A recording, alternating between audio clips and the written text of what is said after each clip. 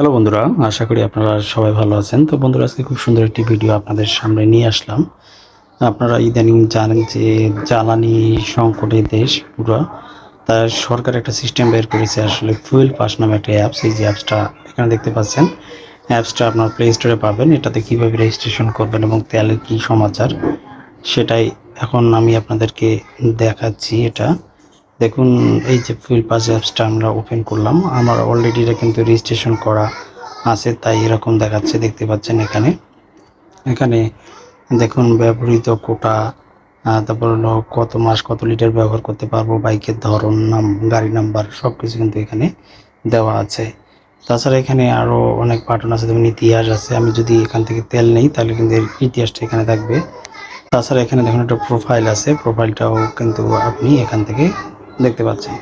যাই হোক, অ্যাকাউন্টটা কীভাবে করবেন সেটাই এখন দেখার বিষয়। ফার্স্ট টাইম আমি এটা লগ আউট করে নিচ্ছি।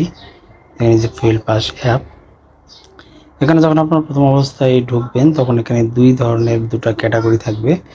যেমন যাদের বাইক আছে তারা এটাতে করতে পারবেন এই জায়গাটাতে, এবং যারা স্টেশন মালিক বা যাদের পাম্প আছে তাদের জন্য কিন্তু এই অপশনটা কাজ করবে। তো যেহেতু আপনার মোটরসাইকেল চালকই বেশি, তাই তারা এটাতে ক্লিক করবেন। ক্লিক করার পর এখানে দেখুন, এখানে আপনার কি কি জিনিস দিতে হবে। দেখুন এখানে ফার্স্ট অফ মোবাইল নাম্বারটা দিতে হবে, তারপর আপনার গাড়ি নাম্বার এবং গাড়ির সিরিজ। দেখুন এখানে ক্লিক করলে কিন্তু আপনারা অনেকগুলো সিরিজ কিন্তু এখানে দেখতে পারবেন। বেসিক্যালি মোটরসাইকেলের যতগুলো সিরিজ আছে কম বেশি এটা এখানে সবগুলোই থাকবে, আর এটা কিন্তু অটোমেটিক আপডেট হচ্ছে। সামনে আরও কিছু কিন্তু এখানে দেখতে পারবেন।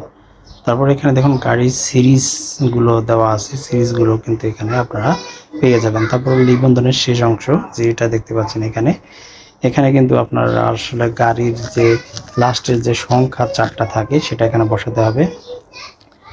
এইগুলো কিন্তু এখানে বসাই, তারপর পাসওয়ার্ড দিয়ে লগ ইন করতে হবে। আর আরেকটা কথা বন্ধুরা ভুলে গেছি, যেটা হলো যাদের অ্যাকাউন্ট নেই তারা কীভাবে করবেন। এই যে এখানে অ্যাকাউন্ট নেই, এখানে আপনারা ক্লিক করবেন।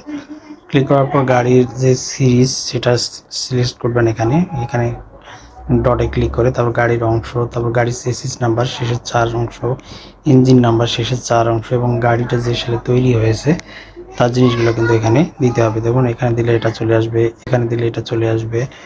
তারপর হলো চেসিস নাম্বার, তারপর গাড়ি তৈরির বছর, সব কিছু কিন্তু এখানে চলে আসবে। তারপর যখন আপনারা এখানে যাচাই করুন যে বাটনটা আছে, এখানে যখন আপনারা ক্লিক করবেন, ক্লিক করার পর আপনার গাড়িটা যদি অরিজিনাল রেজিস্ট্রেশন হয়ে থাকে তাহলে কিন্তু অটোমেটিক এটা সেখানে কিন্তু অ্যাড হয়ে যাবে। তখন কিন্তু সেখানে তথ্যগুলো কিন্তু সেখানে পেয়ে যাবেন। তারপর দেখুন, তারপর আমরা প্রথমে যেটা দেখলাম, তারপর এখানে মোবাইল নাম্বার, গাড়ির নাম্বার, পাসওয়ার্ড দিয়ে দেওয়ার পর কিন্তু এখান থেকে সুন্দর করে আপনারা লগ ইন করতে পারবেন। যাই হোক, আমি একটু একটু দেখাই আপনাদেরকে। এখানে দিলাম, তারপর আমার গাড়িটা যেরকম সেটা দিলাম, যে সিরিজের সেটা দিলাম। তারপর এখানে গাড়ির নাম্বারগুলো দেবো। কিছু ক্ষেত্রের জন্য কিছু আসলে আমি একটু হাইড করে রাখতেছি।